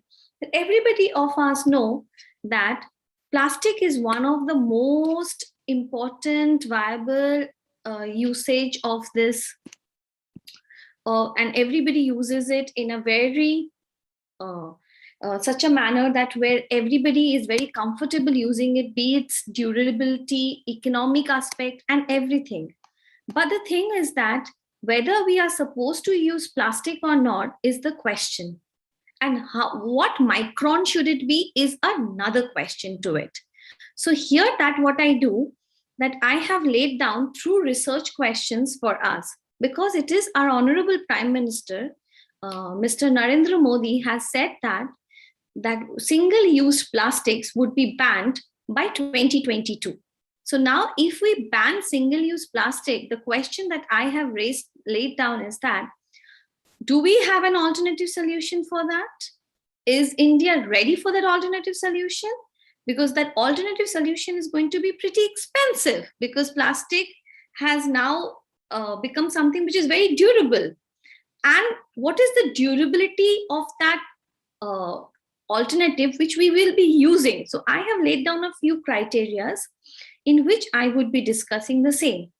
So what methodology I have used? I have used a mixed methodology. So number one, I have used a doctrinal approach to go through the theoretical aspect of the existing laws that has been there in India. And secondly, I have prepared a questionnaire, which is I'm following a qualitative empirical data analysis. And the questionnaire has been made in two folds. One from the vendor's perspective, another one from the consumer's perspective, because both the vendor and the consumer are the two main stakeholders in the usage of plastic. So now, before I proceed further, I want everyone to a little bit appraise, though I'm sure everybody is, with the harmful effect of plastic. Plastic, though, is durable and unbreakable material, but it contains a substance called the bisphenol A, which is called the BPA. When mixed with the land or the water eventually, and later on may be consumed by animals, it affects the animal's development and reproductive system. And I can also tell you, to your surprise, we often use plastic bottles, and it is very much there in India. I do not know, probably in other countries or not. We keep those plastic bottles in India. We again fill them with water and use them. And if you see, after a few months, it becomes yellow in color. And it is really, really very harmful. And reports say that it is also pretty cancerous. And we should not use such items. But fortunately, unfortunately, intentionally, unintentionally, knowingly, unknowingly, we are bound by our habits. Though we know it, there is pretty much awareness through the media and everywhere, but we are still into this. So if we see India being a nation which is anticipated for 1.4 billion in 2022, we need to really take a proactive step in order to mitigate these threats and challenges of plastic on the environment and to our effect. So we did have a law about the 2016 plastic waste management rule, which was further amended in 18 and lastly amended in 2021 to be effective in the year 2022.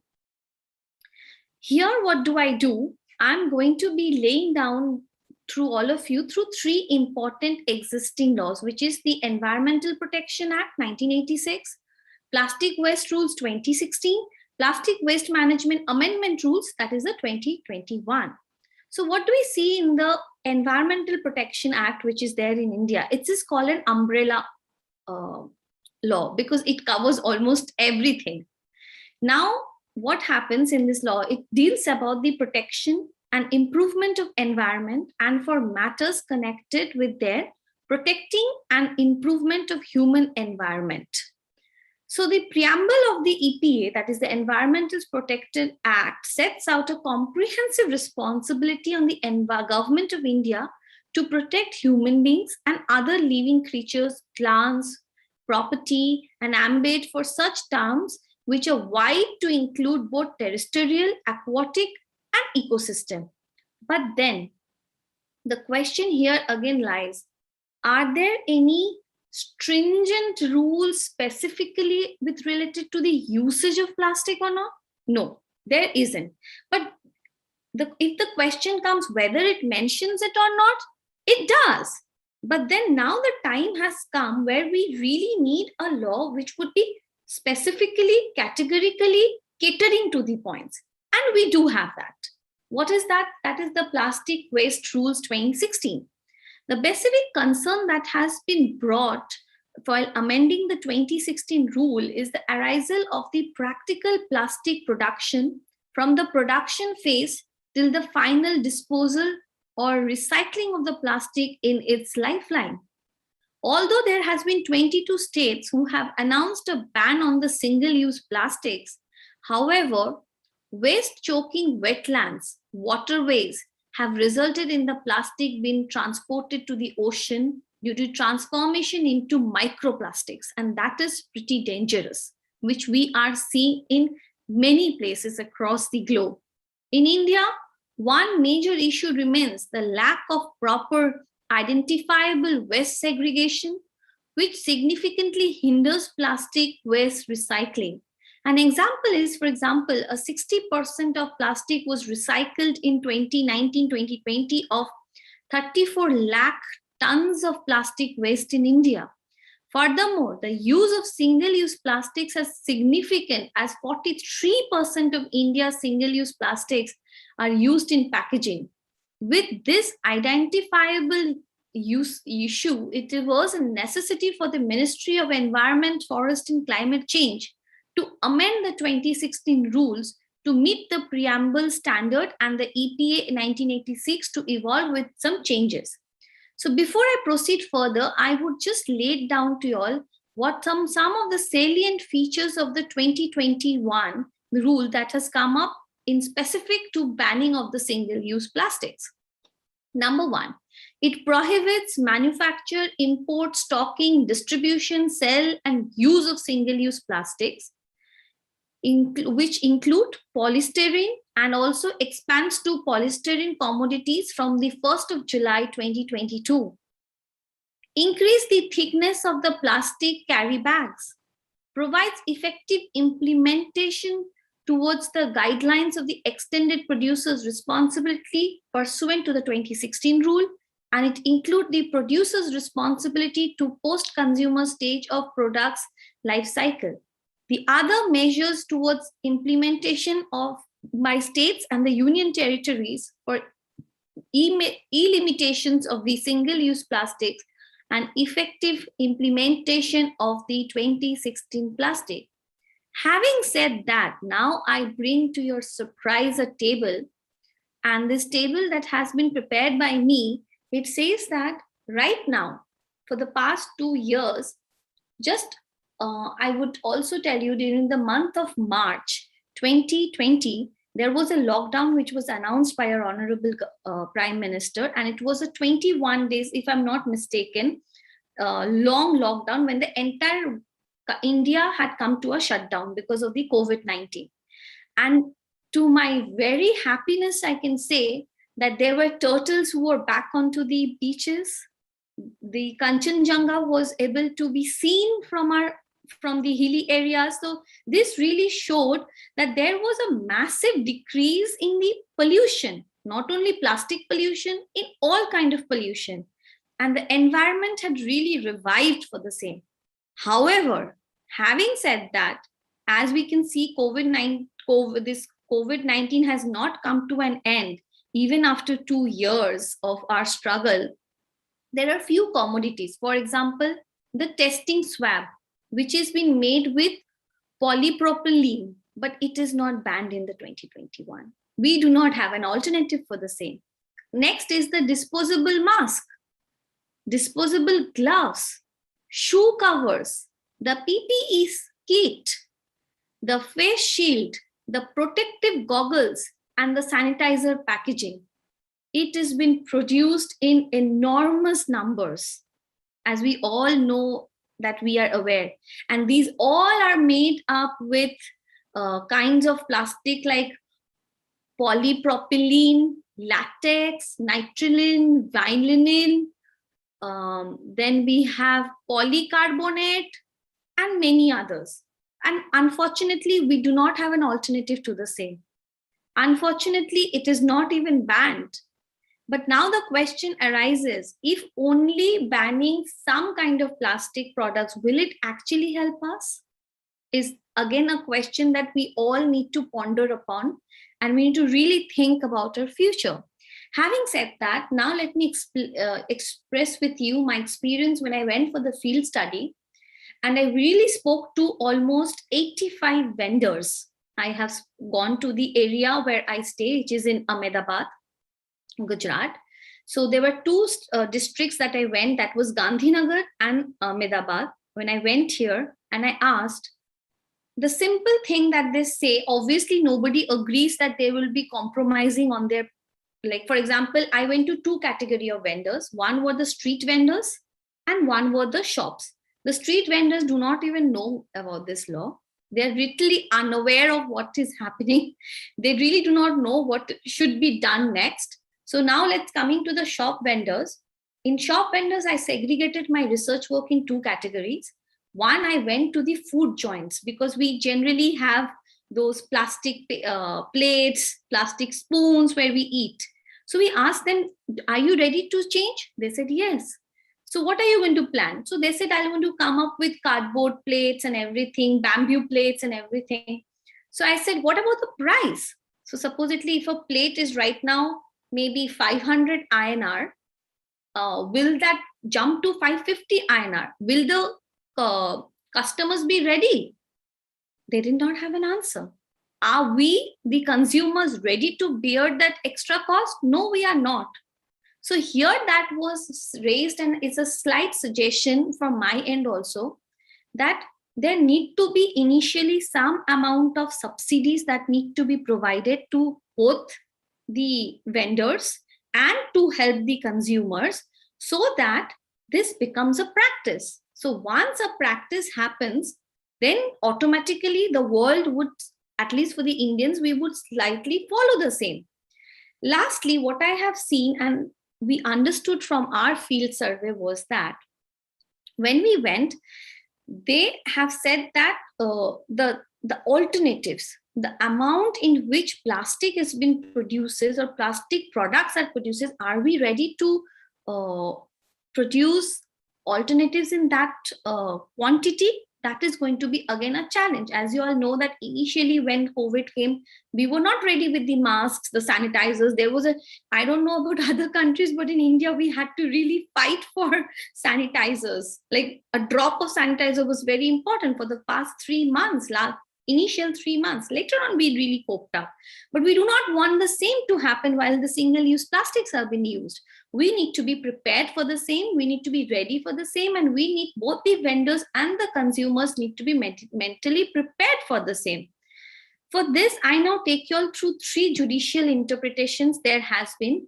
The judiciary has been very active in banning the usage of the single-use plastics. And I will explain you the same through 3 cases, which is the Almitra H. Patel versus the Union of India case, Ravi Kiran Singh versus the Union of India case. And in this case, what happened? That the PVC banners, which have been used during the elections, when we have election, we have a lot of hoardings, posters all over. There's a lot of money which has been involved in the advertisements. So in the 16, 18 and the 19 election, the NGT, which is the National Green Tribunal, had banned the usage of PVC banners just to protect our nature. Moreover, both in the Almitra case and in the Ravi Karan case, the honorable courts had not only banned the usage of the PVC banners, but also passed a decision that unauthorized banners and advertisements need to be removed at once. So which was really a very great decision, because there are a number of places in India where, like, it's a huge country, so there may be many banners which are unused for, but they are not removed. So it was something which was very good for the environment, where we can remove them and we can move forward. Not only that, the Honorable Court also recognized the role of citizens in a country like India, because we, being a 130 crore country, so we need to be aware of our roles, that is protecting ourselves from the improper disposal or non-disposal of waste, which can be very much threatful to our environment. However, it is ultimately the responsibility of the government to make sure that the same is put into its effect. So this is how, in these 2 cases, the Honorable Court has really taken a very advanced proactive state. Again, in the judgment of the Chennai Non-Wovens Private Limited versus State of Tamil Nadu, the Tamil Nadu government's decree prohibiting the use of single-use plastics has been affirmed by the Madras High Court. The state government was instructed by a bench of Justice Subbaiah and Krishna Ramaswamy to stop supplying Avian brand milk in plastic packets and instead to adopt bottles or other methods. Because one thing, in India, we have plastic pouches to serve milk. I do not know if the same is with other countries. So when we cut open the plastic pouches, there's a corner which is always left out and ignored. And these corners, just imagine if crores of people are doing it, it will be really harmful. And that becomes microplastics. And what I explained before, it really affects the flora and the fauna. So this is how the judiciary has also taken a very proactive step. And with this, I want to conclude by saying that stringent law has come up in India, which is excellent. That is by 2022. The only thing that I request and recommend is that there should be a proper SOP laid down of which item should be given in what alternatives, and the cost demarcations need to be little done. Apart from that, I just want to end my today's conversation by just saying one thing, that I just want to raise 3 questions. That is, if not now, when should we work on the plastics? If not we, then who will be working on our environment? And if not now, if not this earth that we are going to be protecting, then what else will be protecting? So with this, I rest my case. Thank you so much. Thank you, Rinalini, for the extensive presentation on plastic policies. It was very upbeat and I was very captivated with what you presented. And I think the important bit that really stuck with me was the bit where the vendors were not even aware of the rules and the issue of whether we consumers are ready to change or not. And so evidently, plastic issue is a problem everywhere in the world. Even when we all here die, unfortunately, our plastic waste will definitely outlive us. And it has become a convenience at the expense of our health and the health of the environment. But coming back to Rinalini's presentation, I can see that India has more advanced and extensive legislations and regulations when it comes to plastic compared to Malaysia. Here we have tried to ban polystyrene and plastic use several times, but that didn't work. And the Malaysian government had introduced a roadmap to phase out plastic use, but as of recent, I think not much has been done to reduce plastic pollution. But meanwhile, in India, even the judiciary is actively involved in banning plastic. And I think that's because with the presence of legislations on plastic. So I believe we can adopt the rules and guidelines in India to overcome the overconsumption and disposal of plastic in Malaysia. So that's about it. We've had a very bright and inspiring young people sharing pressing issues with us today. It has been a great pleasure, and I shall pass the floor back to the MC. Thank you, everyone. Thank you to all the panelists for the fruitful sharing. Thank you as well to Ms. Eva for conducting this seminar.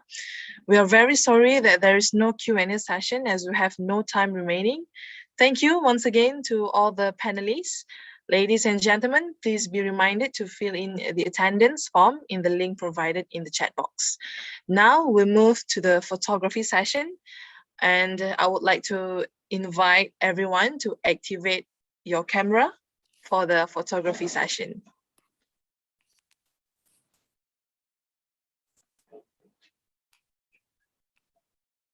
Okay, in the count of 3. Wait, okay, ready? 1, 2, 3. Next page. 1, 2, 3. Last one. 1, 2, 3. Okay. With the end of the photography session just now marks the end of session for today. We appreciate all the speakers' time for being with us today. Thank you, everyone. We will see you in the next Global Legal Issues Seminar. Assalamualaikum warahmatullahi wabarakatuh. Bye. Bye. Waalaikumsalam warahmatullahi wabarakatuh. Bye. Thank you, everyone. Thank you, everyone. Bye-bye. Thank you, everyone. Hope we can connect another occasion as well. Absolutely. You can sleep, Habib. Sure. Thank you.